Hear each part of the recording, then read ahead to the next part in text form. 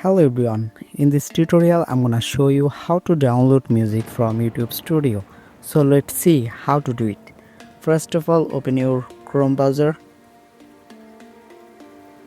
and search here studio.youtube.com.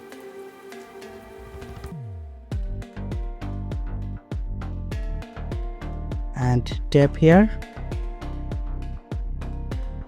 open in new tab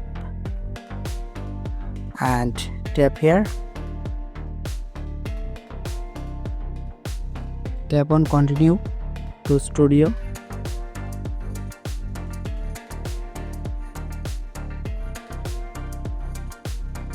and tap on music.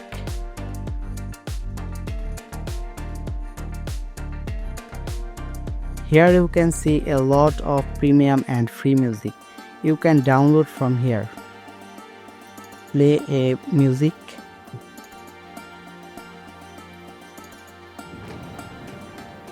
Here you can see download option. Tap here to download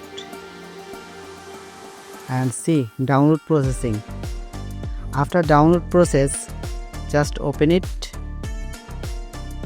and see your music download completed. I hope you understand. Thanks for watching.